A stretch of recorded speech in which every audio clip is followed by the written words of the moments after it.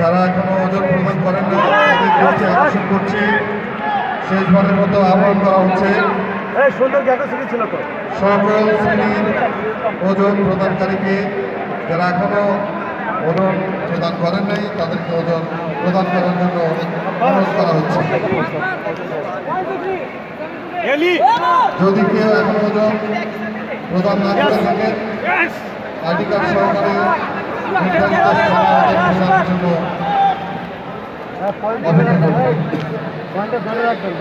অপেক্ষা করবেন। পয়েন্ট দিলে ধরে রাখতে হবে, ঠিক আছে?